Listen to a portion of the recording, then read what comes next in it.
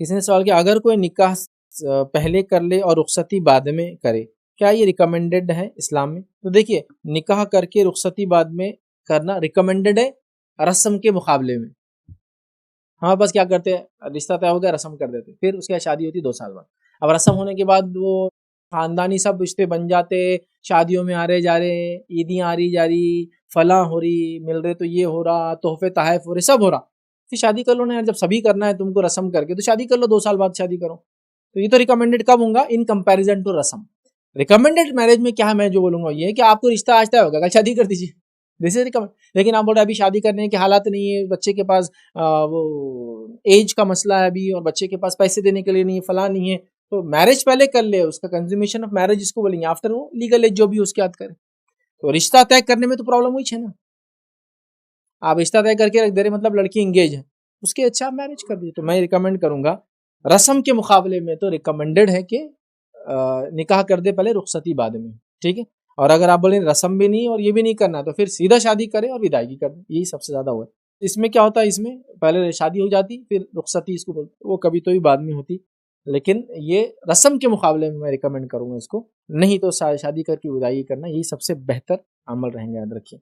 लेकिन हमारे पास रस्म कर देते हैं, और रस्म का मकसद ये होता है कि लोग मालूम हो जाए कैसे है, थोड़े दिन में, साल 2 साल में फिर एक दूसरे की बुराइयां ढूंढते, कीड़े चुनते एक दूसरे के बारे में, कुछ मिल गया तो अच्छा हो जाएंगे बोलते हैं, पता नहीं क्या क्या है, बहरहाल अल्लाह रहम करे। और एक रस्म नहीं होता, फिर एक रस्म मैंने देखा, रिश्ता तय होने का रस्म, उसके बाद एक रस्म होता तारीख लेने का रस्म, उसके बाद बीच में ईद आ गई तो ईदी का रस्म, उसके बाद फिर शादी तय हो जाए तो उससे पहले 8-10 रस्म, और उसके बाद 8-10 रस्म, फिर होती है आपकी मुकम्मिल शादी। बल्कि वो शादी खर्च के एतबार से आपको शादी होने तक आपको आधा तो बर्बाद जरूर कर देंगी।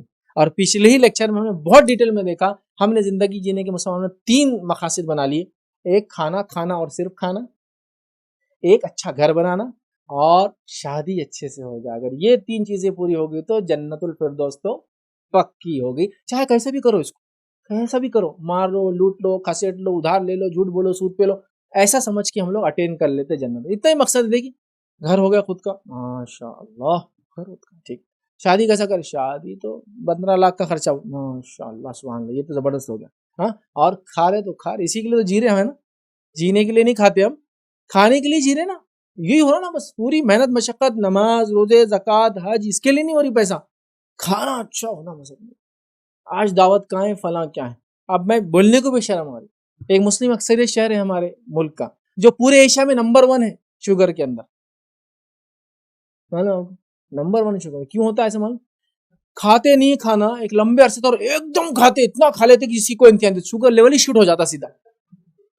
वो होती है शादी, शादी में बनने वाले 25 खाने। जब मालूम होगी यहाँ शादी है तो 2 दिन में वो क्या रहता है, डाइटिंग पे रहता हूँ, भूखा रहता हूँ। और शादी में जब खाता हूँ तो वो गेंडा भी शर्मा जाता है, यार ये क्या इंसान है, ये क्या खा रहे यार, ये मेरे को शर्मिंदगी भी डाल दी। 10 मीठे खाने के बाद भी डकार नहीं है इसको, बोल रहा और कुछ है, खाना अलग हुआ भी, यहाँ पाए और ये और नहारी और फला सब हो गया, 10 मीठे खावा भी डकार नहीं आ रही उसको, और बोल रहा कुछ पान शान, ये वो चाय वाय, ये वो फला है, क्या नाम भी रख रहा बाद में, ये नहीं था, चाय नहीं थी, फला नहीं था। तो शुगर लेवल पूरे एशिया में टॉप मोस्ट सिटी जा रहा है वो, सिर्फ खाने की गलत आदत की वजह से। कुछ मुल्कों के बारे में तस्वुर हो गया, ऐसा हमारा मुल्क है तो हमारा, कुछ मुल्क का तस्वुर है, ये लोग सिर्फ खाने को पैदा हुए, अगर इनके घर मुल्क का एक आदमी आ गया, इतना खा रहे कि यार अपन परेशान, 1 लीटर दूध तो बच्चा ही पी जा रहा है, यार क्या जी रहे, क्या कर रहे मतलब, ठीक है अल्लाह ने डाइट 1 लीटर एक टाइम में पी जा रहा है यार, ऐसी कैसी डाइट है, मतलब क्या कर दिया अपने आपको यार खा खा कर। तो खाने के लिए जी रहे, शादी के लिए जीते, चलो घर किराए का भी चलता, शादी अच्छी हो ना, लेकिन शादी के लिए जीते हैं, और अल्टीमेट एक घर बन जाए तो बस ये होता है। तीनों की कोई हकीकत ही नहीं, घर मरते ही हिस्से हो जाने वाले, तो कुछ भी अजर के एतबार से तो कुछ नहीं। अल्लाह का घर बनाए तो आखिरत में जन्नत में घर का वादा फिक्स है, नबी अकरम सल्लल्लाहु अलैहि वसल्लम की जुबानी है, तो अब इसमें तो कोई शक ही नहीं रहा, इस पर तो कोई नहीं है। हाँ, कोई मेहनत मशक्कत करके अपने बच्चों को हलाल रोजी कमा के घर दे के आया, ताकि वो किरायों से बच्चे और परेशानी से बचे, बदहाली से बच्चे की, कम से कम खाने को तो आदमी कर लेता, घर का मुश्किल होता किराया देना। तो ये भी एक उसने मुजाहिदा कोशिश किया उसने, ये अच्छी बात है।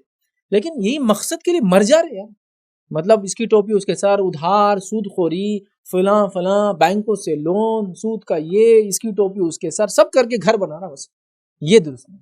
और इससे खतरनाक क्या मानो, भाई का घर बन गया, अपना नहीं बना, ये कैसे हो सकता, दूसरा माला चढ़ रहा, अपना नहीं चढ़ा अब तक, गाड़ी ले लिया, अब उन्होंने लिया, अब तक उसकी 2 चाकियां आ गई, अपनी 4 चाक मतलब 4 व्हीलर नहीं है अब तक। ये क्या सोच सकता है, उसकी 4 व्हीलर आ गई लेकिन उसमें 4x4 है, अपनी अब तक सिर्फ 2 व्हीलर ड्राइव अब तक।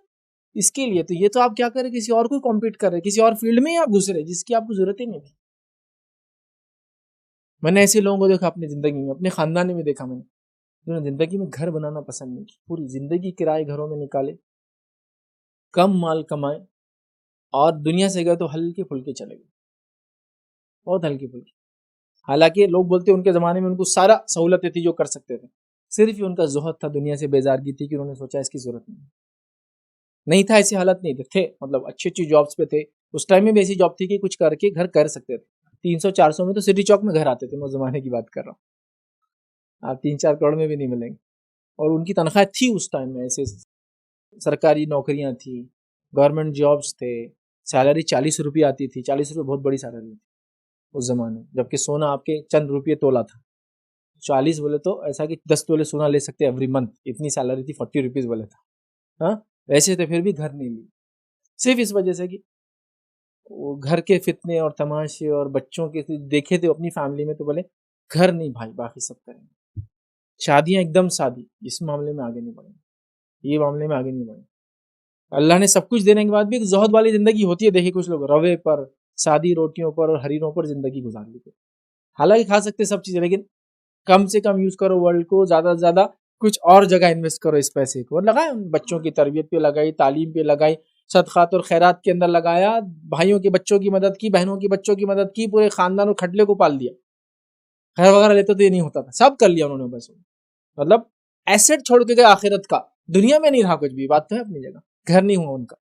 आखिरत का एसेट देखो ना, ये बच्चे डेवलप हो गए आसपास के, ये डेवलप हो गए, अपने रिश्तेदार तो दूर, दोस्त के दोस्त का बच्चा भी आके यहाँ पढ़ रहा तो उसको भी संभाल रहे, कहीं और ही लगाया पैसा, बना ली अपनी आखिर। यही तो है, ये तो रिकमेंडेड था। अब आपको अल्लाह ने इतना दिया कि घर के साथ ये भी कर सकते, करोड़, फिर क्या मसला है। घर घर आखिरी अल्टीमेट डेस्टिनेशन, उसी के लिए मर रहे, उसी के लिए सारी चीजें कर रहे, तो बस शादी और ये सब चीजें, बहरहाल क्या बोलूँ मैं उसको, ये सब हमारे पास एक जिंदगी जीने का बहरहाल एक तरीका ही बन गया, याद रखिए। अब इस मामले में मैं आपको क्या कहूँ, कुछ बता भी नहीं सकता हूँ, समझाए तो लोग अब समझने के लिए भी तैयार नहीं, याद रखिए। और सारी चीज़ें बहरहाल बहुत हुआ, तो ये 3 चीज़ों को लोगों ने, घर और इसी तरह आपकी शादी, जो सवाल था बहरहाल आपका, और इसके बाद जो है खाना, बस इसीलिए जी रहे। ये सब जीने की मैं समझता हूँ ज़िंदगी की ज़रूरतें हो सकती हैं। इससे आगे बढ़ो आप, इससे आगे बढ़ो। जब मैं नौजवान था, मैं कई नौजवान ग्रुप्स में जाता, लोगों को दर्ज देता और 2-3 नसीहतें हमेशा करता था। ये 2-3 चीज़ें आप छोड़ दोगे, ज़िंदगी में आपकी तब्दीली आएंगी। पहला, आपस में मजाक मत करना एक दूसरे के साथ, विद इन लिमिट करना, विद इन सर्कल करना, विद इन, एक जैसे लोग एक दूसरे से मजाक कर सकते हैं, जायज़ है वो, लेकिन बस हर जगह 2 दोस्त है मजाक कर रहे, 4 आ गए तो मजाक कर रहे, को पसंद नहीं आता हो, मजाक मत करो, तुम सीरियस रहो। ठीक है, आपस में करो, लेकिन एक क्लोज ग्रुप है ना, हर किसी के सामने हर नए आदमी का मजाक करेंगे तो तमाशा होता है, तो उसकी इज्जत कम होती है। तो मजाक का वो छोड़ो। पहले स्पोर्ट्स बहुत चलता था टीवी वगैरह, अब तो पूरा ही बदल गया भाई। अब मैं बोल रहा हूँ स्पोर्ट्स खिलाओ। मैं जो बात कर रहा हूँ, जब मैं यंग था, समझो 95, 96, 97, जब काम जब की बात कर रहा हूँ, तब तो मैं बोल रहा हूँ खेलने भेजो, जब बोलता खेलो मत। इतना शौक था जब उस जमाने खेलने का कि इतवार की छुट्टी पूरा सिर्फ ग्राउंड पे डालते थे बच्चे। अब तो रिकमेंड करूंगा कि बच्चों को उठा के ग्राउंड पे फेंक दिया जाए इतवार के दिन, और आने ही नहीं देना उनको अंदर घर में जब तक खेलते नहीं पूरा दिन। हालत ऐसी हो गई ना, उल्टा हो गया। तब मिलता था उससे बचो, आज बोलूंगा मोबाइल वगैरह से आप अपने आप को सेफ गार्ड करो। तीसरा, लोगों से उम्मीदें मत रखो हर चीज में। गिर पड़ वाली जो उम्मीदें थी ना, मैं जाऊंगा तो मेरे को खाने में इज्जत मिलना, मैं जाऊंगा तो मेरे को इसमें इज्जत, वो एक बार ऐसा बेनियाजी इख्तियार कर लो, खाने पीने और लोग कुछ दे आपको, ऐसा बेनियाज। मैं लोगों को देखा 4 जमाए खाते पीते घर की, मिठाई आ गई ना, क्या यार मिठाई की। जब तुम में ये बेनियाजी आ जाएंगे ना कि तुम वो डब्बे को देख के बोलोगे जिसको लेना ले लो, बच जाऊंगा तो मैं खाऊंगा, तो लोग तुमको अलग नजर से देखेंगे और तुम एक अलग रैंक पे चले जाओगे। याद रखो, सिर्फ इतनी बेनियाजी से बता रहा हूँ आपको, इतना फर्क पड़ेगा आपकी इसमें। लोग आपको अलग नजर से देखेंगे, यार कैसा आदमी है यार, खाने को नहीं मरता। एक मैसेज आप देते हैं कि मैं जीने के लिए खाता हूँ, खाने के लिए मरता और जीता नहीं उसके लिए। आप सिर्फ इतना देखिए, खाली आप देखिए मजलिस में गए, मेरे को खाना बराबर नहीं दी, उसके लिए मर रहा और झगड़े कर रहा हूँ पूरे खानदान से। शादी में इज्जत बराबर नहीं हुई खाने में, होटल में मेरे को खाने के अंदर कम मिला, खाने पे पूरे झगड़े आप देखिए यहाँ से वहां तक। तो खाने बुलाते क्यों ना? तो आप इतने बेनियाजे बोलेंगे खाने में आपको नहीं, अल्हम्दुलिल्लाह कोई मसला, आपने खाया मुझे बहुत खुशी, हम तो आदमी एकदम वो हो जाता है, ये तो बेनियाज। खाली इतना भी इख्तियार किया ना तो आपका एक रैंक बढ़ जाता है, कैलिबर बढ़ जाता है। लोग बोलते हैं यार ये आदमी गिरपड़ नहीं करता यार, इसका मिजाज अलग है, आम लोगों जैसा नहीं है यार। मैं नहीं बोल रहा हमको लोगों से खास बनना, मैं कह रहा हूँ ये चीजों से आपको कुछ चीजों को अपने नफ्स को बचाने की आदत पैदा होती है। इससे एक एक अपने आप को अलग ढंग से बिल्ड करते हैं अंदर की। और जब तक आप अपने आप को नहीं पहचानेंगे तो आप दीन के लिए क्या करेंगे, मुझे बताइए। जो इंसान अपने आप को नहीं पहचानता, अल्लाह ने उसमें क्या सलाहियत पोटेंशियल रखा है, वो आगे दीन के लिए क्या करेंगे, मुझे बताइए। वो तो गिरेगा पड़ेगा खाने पीने के लिए, बस वही हो रहा, उसको सिर्फ वालिदैन से शिकायतें रहेंगी, इन्होंने ये नहीं दिया, उन्होंने वो नहीं खिलाया, उन्होंने ये नहीं पिलाया, इधर नहीं घुमाया, उधर नहीं रखा। आप बेनियत हो जाए लोगों से, क्या उनके पास है और वो क्या करते हैं, मेरी जिंदगी क्या और मुझे क्या करना है। आप आगे बढ़िए, अपने गोल सेट कीजिए। हमारा गोल शादी है तो शादी ही रहेगा, लेकिन हमारा गोल कुछ और रहेगा तो वो नहीं। मुझे अच्छे से याद है जब हम यंग थे तो इंग्लिश से पढ़े थे, तो इंग्लिश वालों के लिए तो डबल मार पड़ती है उनको। एक तो उर्दू आती नहीं और इंग्लिश पूरी समझती नहीं। तो उर्दू मीडियम के बच्चे जल्दी पढ़ लेते, किताबें आसानी से मिलती, उर्दू किताबें सस्ती मिलती थी। तो तफसीर इब्ने कसीर जब हम यंग होना जवान होना शुरू हुए तो तफसीर पढ़ेंगे। तफसीर इब्ने कसीर जब दारुसलाम ने इंग्लिश में छापा फर्स्ट टाइम, तो $160 की थी उस टाइम में, $160, मतलब अच्छी खासी महंगी थी उस टाइम से। 8,000 शायद अप्रोक्सीमेटली 8,000 समथिंग, ऐसा कुछ याद नहीं आ रहा मुझे कितना। तो मैंने वो तफसीर 8 नहीं बल्कि माफ करना 6,000 होता था, तकरीबन $6,000 कुछ 34-36 ऐसा था। तो $6,000 पड़ता था। तो वो मैंने बहुत, अब मंगाना भी एक बड़ा अपने आप में तमाशा था, इतने जल्दी से ऑर्डर्स नहीं आते थे, वो नहीं होते थे। मैंने कोशिश की और एक किसी से बम्बई से किसी से वसीला जरिया लगाया, 6-8 हज़ार मैंने तफसीर वो मंगा ली। हमारे साथ और भी लोग थे। देखिए चॉइसेस जब चेंज हो जाती है ना, प्रेफरेंसेस बदलते आदमी के, क्या करना है उसको। तो अब किसी को बोले यार ये तफसीर इब्ने कसीर इंग्लिश में आ गए, आप ले लो, अरे क्या बात है अपन को ले लेंगे पढ़ने, कितने की, 6,000। अच्छा ये बोलने वाला कौन है वो सोचो पहले आप, एक गरीब आदमी नहीं बोलने वाला आज से 20 साल पहले, ये वो आदमी जिसके पैर में शूज होगा 5 से 6 हज़ार का, हाथ में हैंडसेट थे पत्ते के शेप के नोकिया के आए थे, 26-27 हज़ार का आता था, वो हैंडसेट लेके घूम रहे हैं और किस चीज से मुंह निकाल रहे, 6,000 की तफसीर। ये प्रेफरेंसेस का फर्क है, जब आपकी तरजीहात बदल जाती है ना तो 6,000 अल्लाह के राह में कुछ भी नजर नहीं आता। यहाँ उनको 6,000 का जूता और 25,000 का हैंडसेट कुछ भी नजर नहीं आ रहा, लेकिन 6,000 की तफसीर बहुत बड़ी चीज है। आप समझे ना, तरजीहात जब बदल जाती है आदमी की तो वो अलग इंसान, मैं नहीं बोल रहा मैं आप लोगों से अलग है, सबसे अलग है, मैं बताना ही चाह रहा कि आदमी अपने पोटेंशियल को सिर्फ पहचानने की कोशिश करे। अल्लाह ने बहुत सलाहियत रखी हर आदमी के अंदर, और फिर वो अपने हिसाब से, हम लोग क्या दुनिया को देख के वो जिधर भाग रहे उधर भागने के चक्कर में भूल जा रहे, दुनिया में बहुत कुछ है देखने के लिए, समझने के लिए और करने के लिए। आप समझे ना बात। तो लिहाजा चंद चीजें थी। तो बहरहाल आप शादी का आपने सवाल किया था, लेकिन इसकी तफसीलात देखना है तो लास्ट लेक्चर में मैंने शायद 20 मिनट इसका जवाब दिया था सिर्फ शादी के बारे में। तो आज मैंने बहरहाल इसको उतना नहीं किया, लेकिन नौजवान चीज़ों को समझे, ज़िंदगी की तरजीहात को सिर्फ आप थोड़ा बदलिए, आप ऐसा कारनामा अंजाम देंगे ना इंशाअल्लाह दुनिया में जिसकी कोई इंतहा नहीं आ रही।